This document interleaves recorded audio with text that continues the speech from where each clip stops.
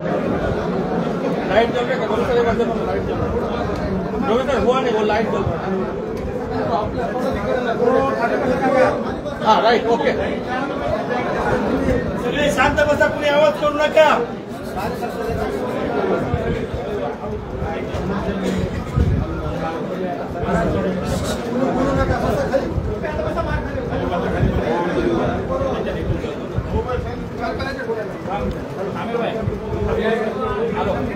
थोड़ा mobile low ना, तावड़े इधर फ्रेम नहीं आ रहा, फ्रेम में आ रहा, थोड़ा सा लो ना, फ्रेम में आ रहा।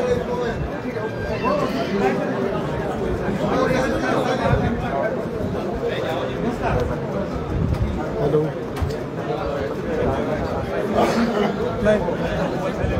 थोड़ा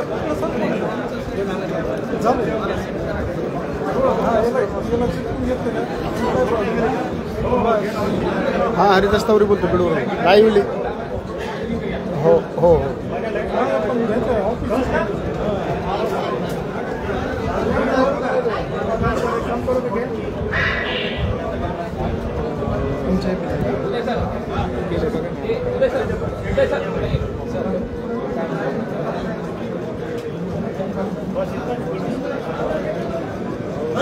थोडं पुढे घ्या नाही सांगाय सर हे झूम करा नाही महाराजांनी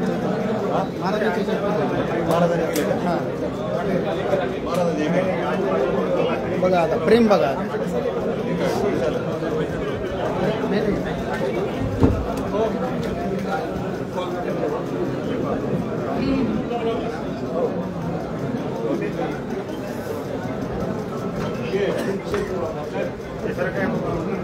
हेलो हेलो हेलो हाँ हो देतो एक मिनिट हो लवकर हो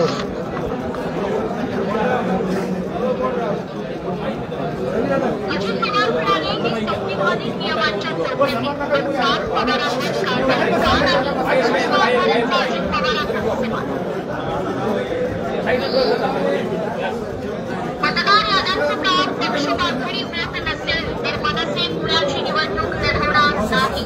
मनसे अध्यक्ष राज ठाकरेंचा निर्णय.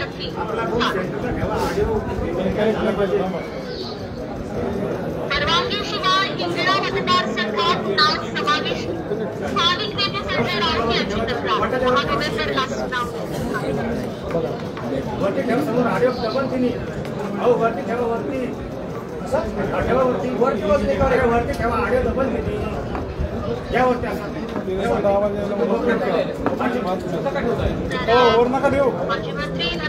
मुख्यमंत्री पत्रकार परिषद हॅलो अनेक आहेत त्यांच्यावर ते बोलण्याच्या काय शक्यता आहे. खरं तर मनोज जरांगे यांनी गंभीर आरोप धनंजय मुंडे यांच्यावर लगावलेले आहेत. जॉईन करा ना दुसऱ्या हँडसेट वरून दिली दुसऱ्या हँडसेट वरून दिली बघा पटकन हो हो आहे मग ते आवाज हे करा ना म्यूट करा ना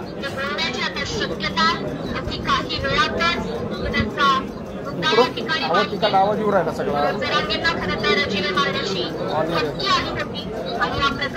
आज मनोज जरांगे यांनी देखील पत्रकार परिषद घेतलेली आहे. पत्रकार परिषदेत त्यांनी गंभीर आरोप केलेले आहेत. मला जीवे मारण्याची धमकी अजित सुतारी धनंजय मुंडेंनी गेला ना मनोज जरांगेंकडे आलेले आहेत. तर या धमकीचे कॉल रेकॉर्डिंग देखील माझ्याकडे आहे. असेही मनोज जरांगे पाटील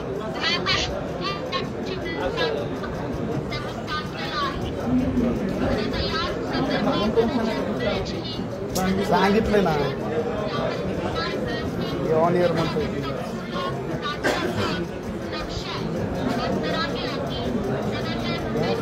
हॅलो तिकडा आवाज कमी करा ना आवाज म्यूट करा इकडं आवाज येऊ राहिला हां आत्ता बंद झाला आवाज आता हां हॅलो लाईव्हची फ्रेम दिलेली त्याचा आवाज होत आहे इकडं आवाज येऊ राहिला अँकरचा आवाज येतो इकडं हो हो आणि या सहकार्याने स्वतःही कबुली दिली आहे. धनंजय मुंडेंनी फिरंगींना मारण्याची सहकार्य दिली अशी कबुली आता आरोपी माधव कराड यांनी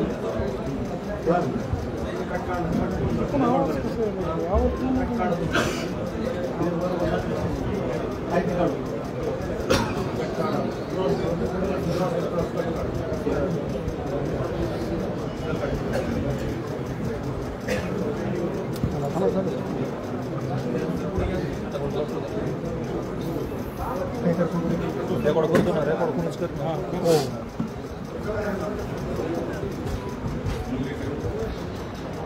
तुमचा जाऊन इथं जाऊन बसता फोन पिन आलं की त्यांना मला मागं जाऊन हा ना तुमचं नाही हो आमचं सगळं चालू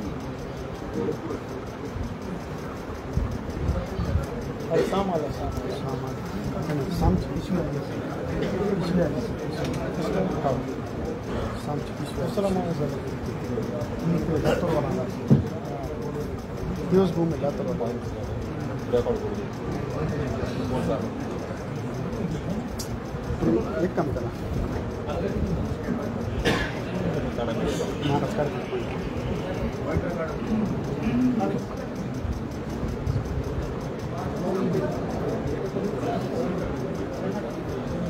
खाली बघू का मांडी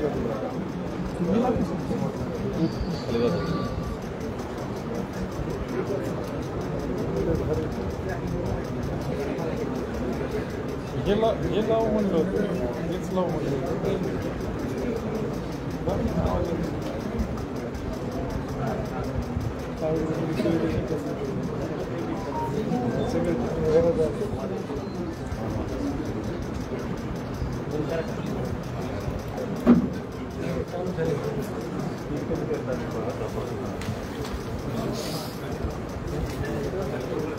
चालू करायचं.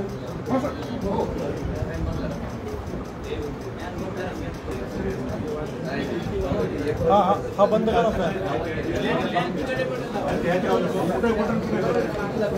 चला चालू करायचं.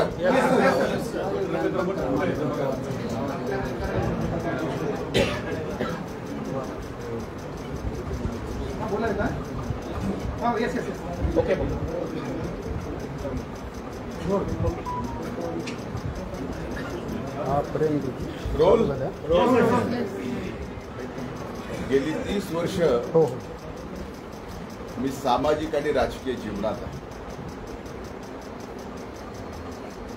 आणि जसं जमेल तसं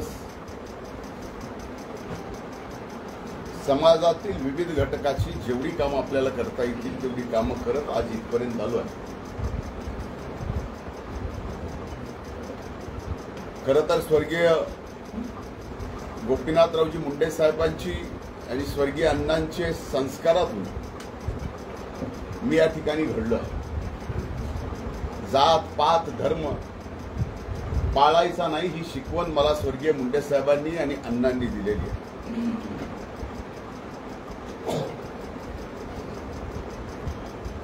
मी कधीही कुणाची जात पाहून आजपर्यंत राजकारण केलेलं नाही. माझ्या स्वतःच्या ज्या जातीत मी जन्माला आलोय त्याच्यापेक्षा जास्त वेगवेगळ्या जातीतले माझे मित्र परिवार आणि माझे सहकारी आहेत.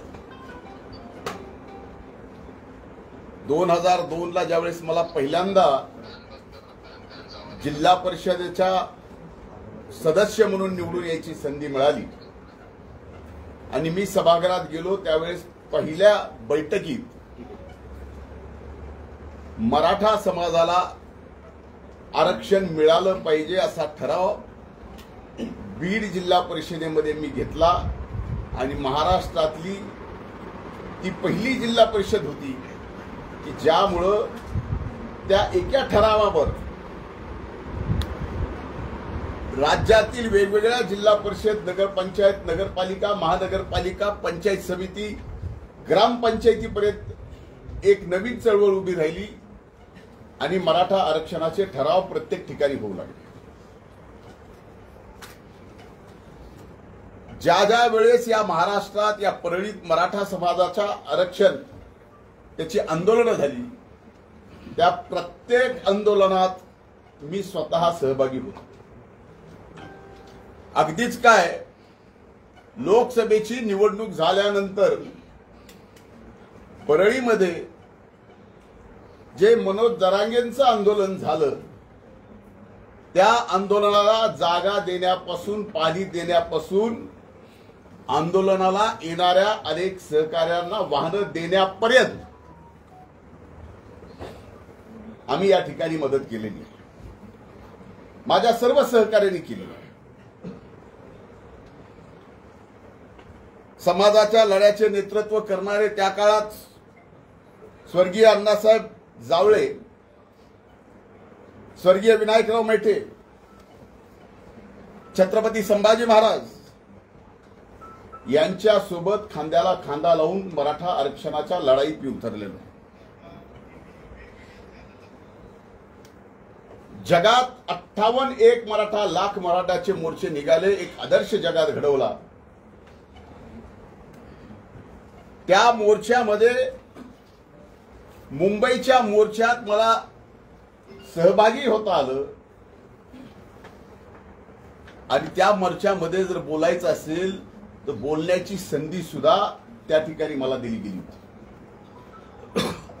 मी 5 वर्ष राज्याचा विरोधी पक्ष नेता म्हणून काम केलं.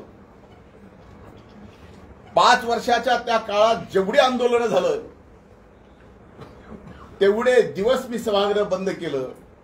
आणि सभागृह बंद केलं नाही तर नरड्यातून रक्त पडेपर्यंत मराठा समाजाला आरक्षण मिळालं पाहिजे याच्यासाठी आवाज उठवला, सभागृहात उठवला आणि त्याचे पुरावे आजही विधिमंडळामध्ये, विधिमंडळाच्या लायब्ररीत आहे. आणखीन एक महत्वाची गोष्ट सांगतो. नगर जिल्ह्यामध्ये एक बलात्कार झाला होता कोपर्डीला. त्यावेळेस तिथं कुणीही गेलं नव्हतं. अल्पवयीन मुलीवर बलात्कार झाला. मी स्वतः पहिल्यांदा गेलो.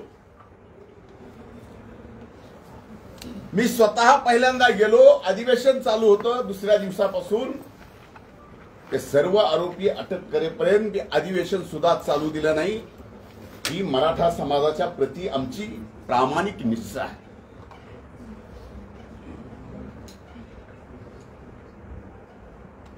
खरं तर मी ज्यावेळेस पालकमंत्री होतो आणि कुणबीचे प्रमाणपत्र देण्याचा निर्णय राज्य सरकारने घेतला, त्यावेळेस 80,000 कुणबीचे प्रमाणपत्र आपल्या या बीड जिल्ह्यात मिळालेले आहे. त्याचं रेकॉर्ड सुद्धा आहे, तेही आपण तपासून पाहू शकतो.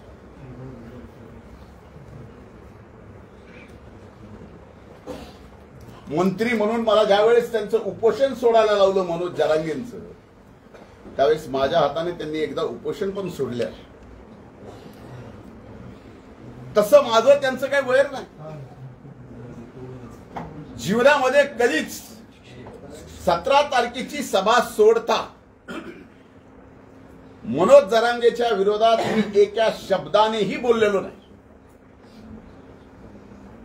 एक आरोपही केला नाही. आणि अशा परिस्थितीमध्ये एकीकडे आपण सर्व समाजाला, 18 पगड जातीला, बहुजन समाजाला सोबत घेऊन जात असताना हा व्यक्ती कसाच आता आवरत नाही. म्हणून यालाच पूर्णपणानं राजकीय, सामाजिक एवढंच नाही तर मनोज जरांगेंना वाटतं की धनंजय मुंडे या पृथ्वी तलावरच नसावा.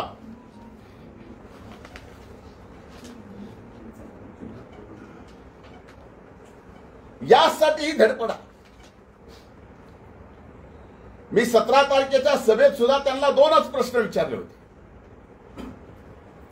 त्या 2 प्रश्नाच्या उत्तर आतापर्यंत या ठिकाणी मिळालेले नाही. माझी विनंती आहे माध्यमांना की हे 2 प्रश्न पुन्हा एकदा आपण विचारा. आपण लोकशाहीचे 4था स्तंभ आहात. मी पहिला प्रश्न विचारला होता की मराठा समाजाला खरंच ओबीसी मध्ये जाऊन फायदा आहे.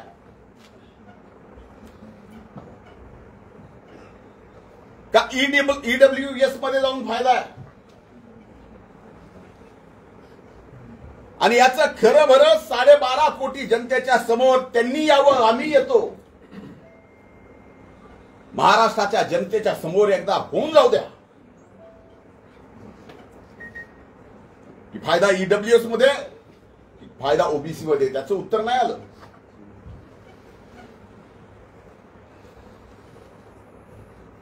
आणि दुसरी विनंती केली होती,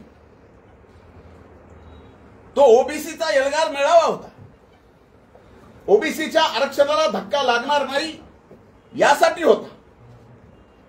आणि त्यात मी विनंती केली होती की छत्रपती शिवाजी महाराजांनी स्वराज्यामध्ये त्या काळात जो गावगाडा उभा करून दिलेला आहे, जे गावकुस घालून दिलेलं आहे, आज मागच्या 2 वर्षापासून ते बिघडलंय. एका जातीचा मित्र दुसऱ्या जातीचा, हे मित्र आता मित्र राहिले नाही. 2 सख्खे भाऊ एका मायबापाचे लेकर जर विचार बदलले आणि एक जरांगेच्या विचाराचा असला तर त्या सख्ख्या भावाला सुद्धा सख्खा मानत नाही, अशी वाईट परिस्थिती या महाराष्ट्रात.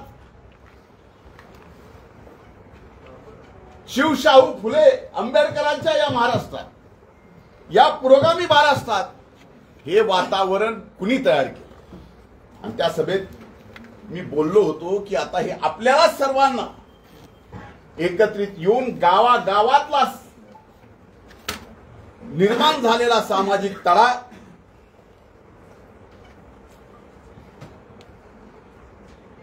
आपल्याला त्या ठिकाणी नीट घडी बसवावी लागेल. मला आजही आठवतं या बीड जिल्ह्यामध्ये एका फोनवरून एका लोकप्रतिनिधीला एक जणांनी फोन केला आणि त्या लोकप्रतिनिधींनी सांगितलं की याला काय ग्रामपंचायतीला निवडून आलेत का जरांगे. त्यावेळेस ज्यांची ज्यांची घरं जाळली ती घरं मराठा समाजाची जाळली, ओबीसी मधल्या अनेक जणांची घरं जाळली. ही प्रवृत्ती कुणाची आहे? हे पिल्लावळे जे आता तयार झाले घर जाळण्यासाठी, कुणालाही संपवण्यासाठी, हे कुणाचे? आम्ही तर असं केलं नाही. जर आम्हाला कुणी शिव्या जरी दिल्या तरी आम्ही गप्प बसतो.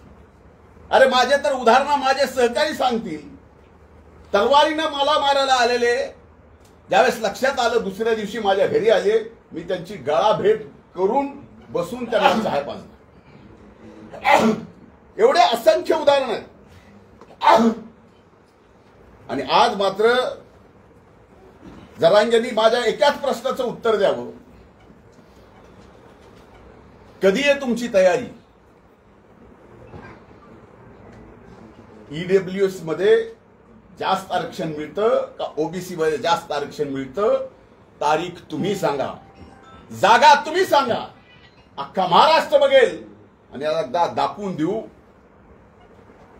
की ईडब्ल्यूएस मध्ये जास्त मिळतं का ओबीएस मध्ये जास्त मिळतं, ओबीसी मध्ये जास्त मिळतं. आणि आता मात्र मारहाणीच्या मारणाराच्या अशा पद्धत तुम्ही हक्यांना मारलं. मारामारीची प्रवृत्ती कुणाची आहे? तुम्ही वाघमाऱ्यांना मारलं, तुम्ही कर्नलला मारलं. असे किती उदाहरणं देऊ की तुम्ही एवढ्या सगळ्या लोकांना मारलं. आणि आता मात्र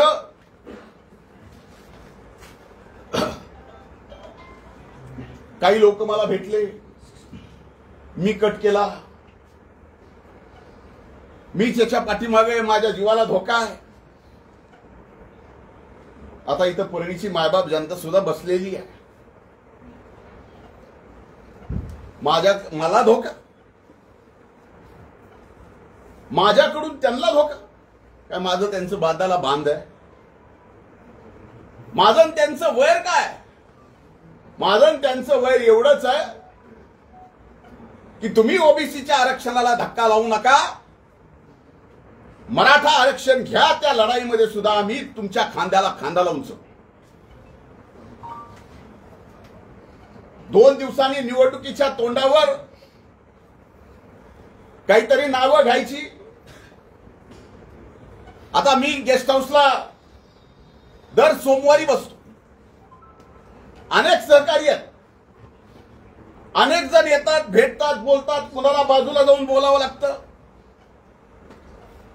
आता जे अटक केले त्यापैकी कुणी मला भेटला असेल, बाजूला जाऊन बोलला असेल.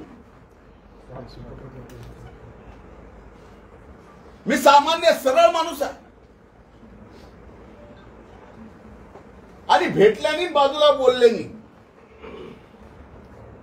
मला कळत नाही ह्याच्यात कुणी कसला कट रचला जातो का. त्यांना पाठवून ते त्यांचेच कार्यकर्ते ना, अटक झालेले कार्यकर्ते त्यांचेच, बोलणारे कार्यकर्ते त्यांचेच, कबुली जबाब देणारे कार्यकर्ते त्यांचेच, आणि आरोप मात्र पूर्ण माझ्यावर करतात. आणि अशा बाबतीत कट करण्याचं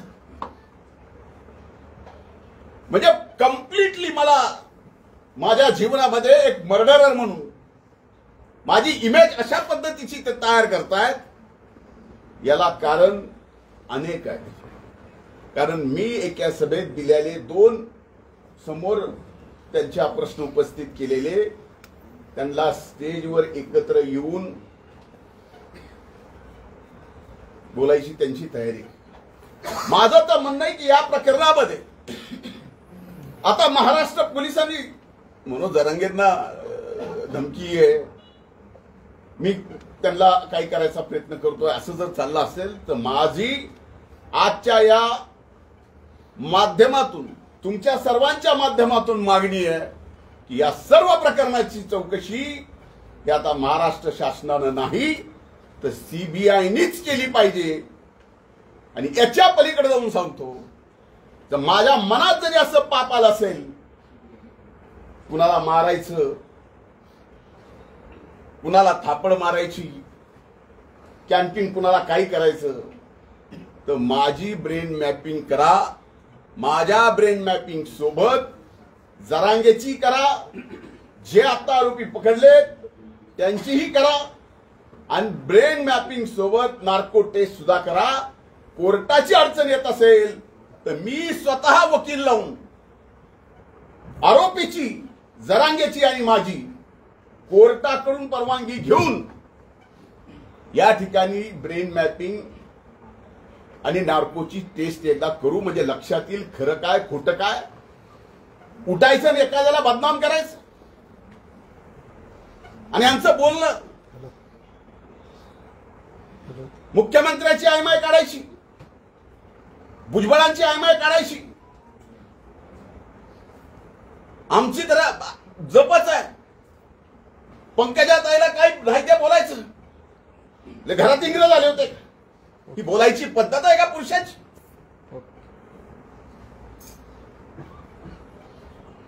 आपल्यापैकी कुणाला आपल्या आई बहिणीवर जर शिवी दिली तर राग येणार नाही, पण तरी सुद्धा गप गुमान आम्ही तो राग गिळलाय.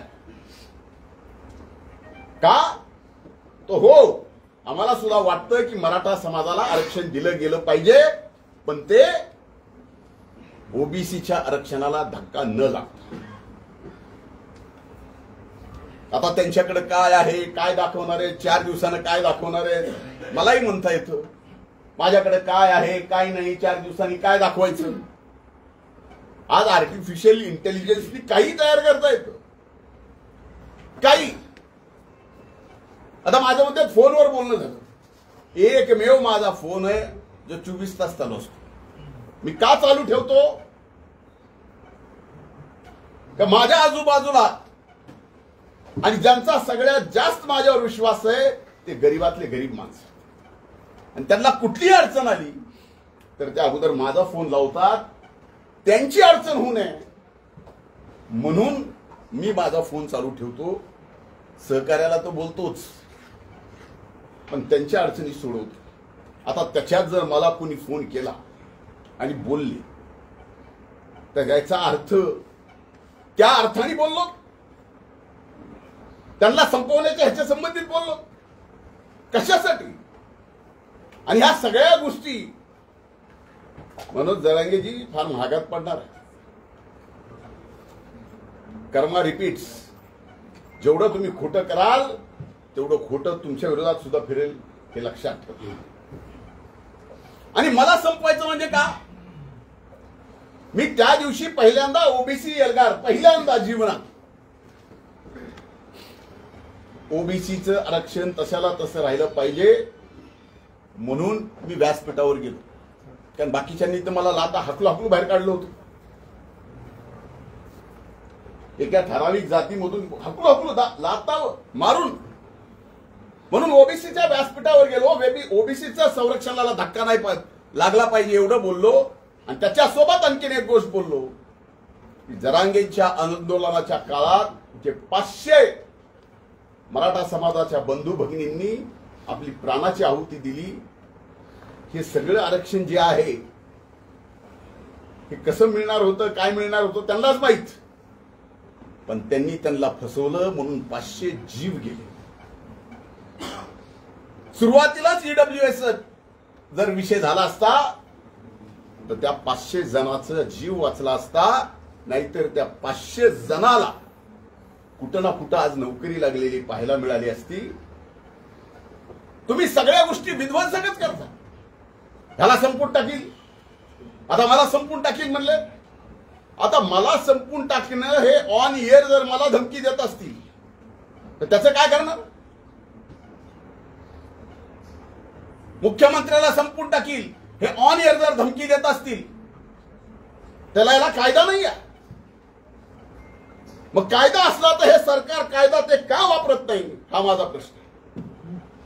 आणि राहिलं जरांगे साहेब, माझ्या जीवन मरणाचा प्रश्न, माझं जीवन मरण जे आहे ते गरीबातल्या गरीब माणसाला मोठं करण्यासाठी. आणि याच्यात माझ्यासारख्याचा जीव गेला तरी परवडत नाही. आणि त्याच्या प्रेसमध्ये वारंवार मी मराठा समाजाला सांगतोय काही करू नका, मराठा समाजाला काय करू सांगतोय काही करू नका. म्हणजे काही करावं म्हणून तो आदेश होता का काही करू नये म्हणून तो आदेश होता? हे आता अति झालंय. एवढं अति झालंय. त्यांनीच त्यांची माणसं पाठवायची, कुणाकडून तरी ओळखी करून घ्यायच्या, ओळख झाली की फोटो काढायचा, फोन करायचा. आम्ही आपल्या कामात, आम्ही काय फोनवर असं कधीच कुठलं बोललेलं नाही. होऊ दे ना एकदा, जे व्हायचंय ते. याला ब्रेन मॅपिंग, नार्को आणि सीबीआय. आणि मी माननीय मुख्यमंत्र्याला आज या प्रेस कॉन्फरन्स म्हणून विनंती करतोय की काहीही करून या प्रकरणाची चौकशी सीबीआय कडेच केली पाहिजे. त्याच्याशिवाय आता हा धनंजय मुंडेही स्वस्थ बसणार नाही आणि स्वस्थ बसू देणार पण नाही. आमच्यासारख्याला संपवायला निघाले. केले काय? आरक्षणाची बाजू घेतली. 25 वर्ष लढलो आणि 25 वर्ष आरक्षणासाठी लढल्यानंतर आज एका व्यक्तीच्या प्रवृत्तीमुळे माझ्यावर ही वेळ आली. त्यांच्या विरोधात कुणी बोललं, हक्के बोलले की हक्केला मार, वाघमारे बोलले की वाघमारेला मार, कर्नर बोलले की कर्नरला मार. दादागिरी कुणाची आहे? समाजामध्ये अंतर कुणी पाडलं? अंतर्वेलीतूनच पडलं ना. त्यामुळे अशा खोट्या नाट्या केसेस करून तुम्हाला जर वाटत असेल की या बहुजन समाजाचा, ओबीसी समाजाचा माझ्यासारखा एक कार्यकर्ता गप राहील, असं नाही. तुम्ही जरा तुमचं मागून बघा. तुमचे मेहण्याचे वाळूचे ट्रक किती पकडले? मी आता सरकारला विचारणार आहे काय त्यात ऍक्शन झाली. एका सामान्य साधा जर एखादा वाळूचा व्यावसायिक असेल त्याला एनपीडीए मध्ये घालतात. यांची यादी सरकारला देऊन सरकारने काय केलं हेही मला विचारावं लागणार आहे. पण माझ्या आई वडिलांनी कुणाला असं पुढे करून आणि तसं पुढे करून कुणाला संपवायचं कधीच कुणाला शिकवलेलं नाही. माझं तोंड वैद्यनाथाच्या प्रभूकडे आहे. पण विनाकारण असले खोटारडे ज्याला काही अर्थ नाही असे आरोप तुम्ही माझ्यावर करून समाजात संपवायचा प्रयत्न कराल, जीवनातून उठवायचा प्रयत्न कराल. जरांगे असं करू नका. आपलं वय काय आहे? एक लढाई आहे. तुम्ही ओबीसीचं घेऊ नका. तुम्हाला जे पाहिजे ते ईडब्ल्यूएस मधून घ्या किंवा आणखीन कुठलं घ्यायचंय ते घ्या. ते 10% सुद्धा टिकलं राज्य सरकारने दिल्यानं. आता ते आरक्षणावर बोलत नाहीत. त्यांना आता शेतकरी नेता व्हायचा. त्यांच्या दृष्टीने आता 500 मराठा समाजाचे बंधू भगिनी गेल्या त्याचं दुःख नाही आहे. त्यांना नसलं तरी आम्हाला आहे, सरकारलाही आहे.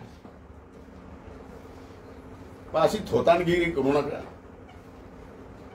तुम्हाला एका समाजाने डोक्यावर घेतलंय. आजही त्या समाजाला वाटतं की आपलं काहीतरी चांगलं होईल. समाजाला वाटतं, मला नाही. आणि कृपा करून मी जे 2 प्रश्न विचारलेत, कधी, कुठं, कसं, या एकदा समोर. ओबीसी का ईडब्ल्यूसी? तुम्ही तर आता ओबीसीला मारता म्हणला. ते म्हणले धन्याचं बीज ठेवायचं नाही. ही धमकी नाही. ऑन इयर धनंजय मुंडेचं बीज सुद्धा ठेवायचं नाही. ऑन इयर धमकी कुणाला दिली? वंजारी जातीचं बीज सुद्धा ठेवायचं नाही. एका जातीला ऑन इयर धमकी कुणी दिली?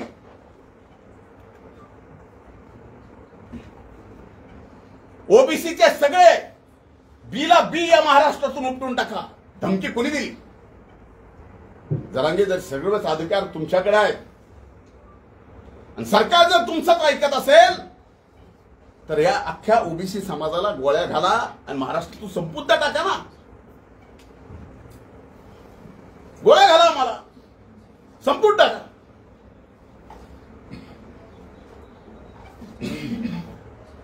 आज सगळ्या यंत्रणा जर तुमच्या म्हणण्यावर चालत असतील तर हेही काही सोपं नाहीत. आम्हाला संपून टाका. फक्त तुम्ही राहा. मला आजही आठवतं ज्यावेळेस 17 तारखेच्या सभेत मी ईडब्ल्यूएस आणि ओबीसीचा मुद्दा काढला त्यावेळेस मराठा समाजातल्या अतिशय हुशार, तत्वज्ञानी, शिकलेल्या असंख्य लोकांनी फोन करून म्हणले तुम्ही जी भूमिका घेतली तीच बरोबर आहे, तिथंच न्याय मिळू शकतो. मराठा समाजातल्या अनेक तरुणांनी, अनेक माझ्या सहकार्यांनी म्हणले ही भूमिका घेतली ईडब्ल्यूएसची तरच फायदा, असा फायदा होत. मग एकीकडे आम्ही सुद्धा इतर समाजाचे असून मराठा समाजासाठी लढलो आणि आज जर कुठं काय मिळत असेल आणि ते मिळत असतील आणि ओबीसीच्या आरक्षणाला धक्का न लागता मिळत असेल तर द्यायला काय अडचण आहे? रोज उठलं की एक धरायचा, त्याला हाणायचं ह्याच्या आईला आणि त्याच्या आईला. अरे म्हणजे आमच्या सगळ्यांच्या आया बहिणी फक्त त्यांना शिव्या द्यायला ठेवल्यात. ऑन एअर बोलून काही बोलायचं, ऑन एअर बोललेलं त्याची साधी एनसी सुद्धा जर सरकार घेत नसेल. म्हणून माझी विनंती की हे प्रकरण सीबीआय कडेच गेलं पाहिजे आणि या प्रकरणामध्ये जे जे असतील त्यांच्या सगळ्यांची माझ्या सहित, माझ्यावर आरोप केलाय ना, माझ्या सहित ब्रेन मॅपिंग आणि नार्को टेस्ट करा आणि एकदा महाराष्ट्राच्या 12.5 कोटी जनतेला कळू द्या. विनाकारण एकदा एखादी 15 मिनिटाची प्रेस घेऊन एखाद्या व्यक्तीचं 30 वर्षाचं संबंध राजकीय आणि सामाजिक काम तुम्ही संपवायला निघाला असाल, आता जनता सुद्धा दूधखोडी राहिलेली नाही. तुमचंही काय चाललंय, काय नाही, बुडाखाली काय चाललंय, कुठून काय चाललंय, कसं काय चाललंय. आम्ही 5 वर्ष विरोधी पक्ष नेते होतो. आम्हालाही बऱ्याचशा गोष्टी असं काही कारण नाही समजायला की आमच्याकडे नाही. पण आम्ही शांत आहे. आम्हाला सबंध समाज एकत्र करायचा आहे. पुन्हा या महाराष्ट्रात शिवछत्रपती शिवाजी महाराजांचा तो गावकूस उभा करायचा आहे. म्हणून आम्ही दम धरलेला आहे. मला एवढंच बोलायचं होतं. माझं निवेदन संपलंय. धन्यवाद. भाऊ, यामध्ये त्यांनी वेगवेगळे आरोप केले. तर काही लोक नेमून गाडीमध्ये रेकॉर्डिंग करणं किंवा गाडीचं लोकेशन ट्रेस करणं असे देखील प्रकार केले जातात, असं देखील त्यांनी आरोप केला. आता मला सांगा की कुणाच्या गाडीचं लोकेशन ट्रेस करणं मला बंद पडलंय? मला काय बंद आहे कुणाच्या गाडीचं लोकेशन ट्रेस करणं?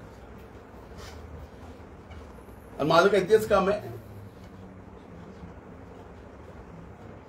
ह्याला आरोप मानतात. ही थोतांडगिरी आहे.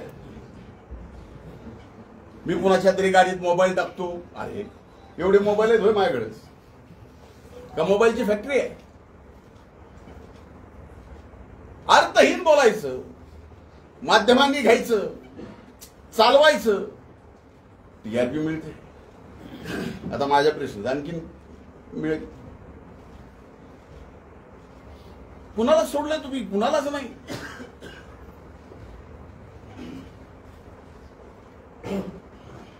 बाकी ते पुणेच्या घरावरती आता हल्ला झाला. आता थोड्या वेळापूर्वी पुणेच्या घरावरती हल्ला, आरोपीच्या घरावरती हल्ला. मला माहित नाही, मी काय ऐकलं ना. आता तुमच्याकडनंच मी सुरेश ऐकतोय. पण हे त्यांचे कार्यकर्ते असतील तर हे नेमकं जाणून बुजून कारस्थान केलं जाते का? आता हे बघा, एक लक्षात घ्या. खुने त्यांचेच, गरुड त्यांचाच, सगळे आरोप त्यांचेच. बरोबर आहे. तेच आरोप करणार, तेच सांगणार, सगळं तर त्यांचं आहे.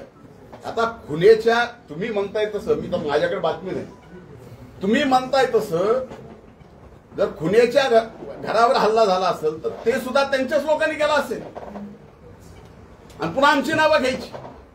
म्हणून मी म्हणलंय की हा तपास पूर्णपणानं सीबीआयकडे दिला गेला पाहिजे.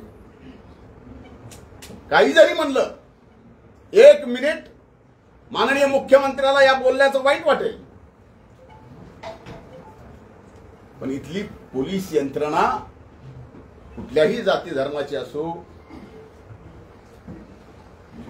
यांना घाबरून आहे. म्हणून करते करविते ह्या सगळ्या गोष्टीचे तेच आहे. गंगाधर कालकुटे यांना डुकरासारखं धरून नेऊन मारू अशा पद्धतीचा जो दादा गरड नावाचा जो कार्यकर्ता आहे त्यांनी तुम्ही धमकी दिल्याचं सांगतोय. कार्यकर्ता कबुली सुद्धा मी धमकी दिली? अरे गंगाधर माझा चांगला मित्र आहे. आता एवढी मैत्री की सांगू का? मैत्रीचा खुलासा करू. त्या सभेत मी बोललो होतो. त्या सभेत मी बोललो होतो की एका माझ्या मित्रांनी 1:45 वाजता मला फोन केला, तू सभेला येणार आहेस का? आठवतं का सुरेश? हो. मी त्यावेळेस त्या म्हणलं काय नक्की नाही बाबा, काय भुजबळ साहेब कसे येते त्याच्यावरती माझं ठरणार आहे. नाही म्हणले तुम्ही येणार नसाल तर आम्ही गोंधळ करायचा ठरविला. ते रेकॉर्ड माझ्याकडे आहे. हेच ते काळकुटे. लोकसभेला फॉर्म भरला कसा? त्यावेळेस माझ्याकडे येऊन 4-4, 8-8 तास बसायचे. कसे? कशासाठी? फॉर्म भरला पण प्रचार नाही का?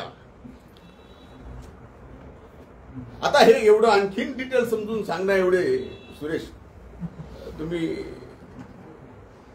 स्थानिक स्वराज्य संस्थांची आता आचारसंहिता लागली, नगरपालिकेची आचारसंहिता लागली आणि त्यानंतरच हा सगळा प्रकार.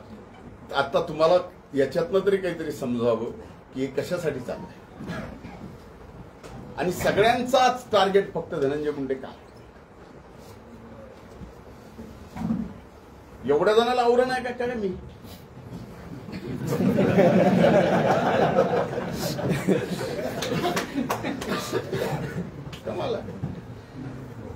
आता मला त्या दिवशीच्या सभेत मी इथे ईडब्ल्यूएस ओबीसीचा मुद्दा काढला, त्याच्यामुळे राग आला का चष्मा पाठवला नाही त्याच्यामुळे राग आला.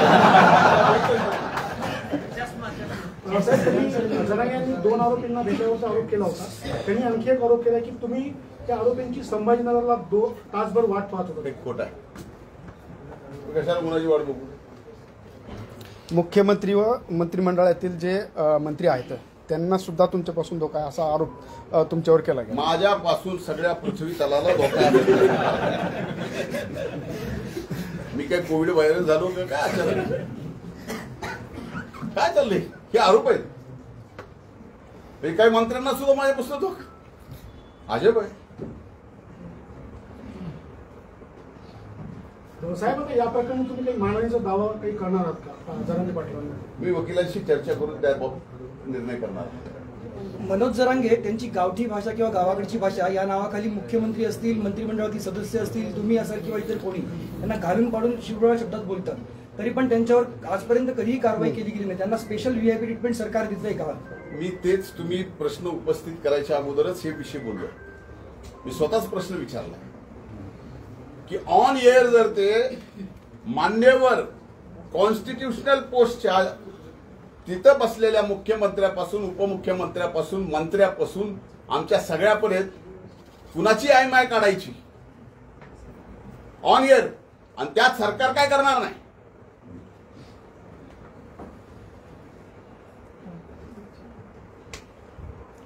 आम्ही काय एवढे बुळे नाही या सगळ्या गोष्टी न समजायला. मंत्रालयामध्ये 75% हे वंजारा समाजाचे अधिकारी चांगले आहेत, पण 25% अधिकारी हे तुमच्या ऐकण्याचे आहेत असा जरांगे पाटलांचा. मला 75%ला तरी चांगले म्हणले, त्यांचे त्याबद्दल आभार.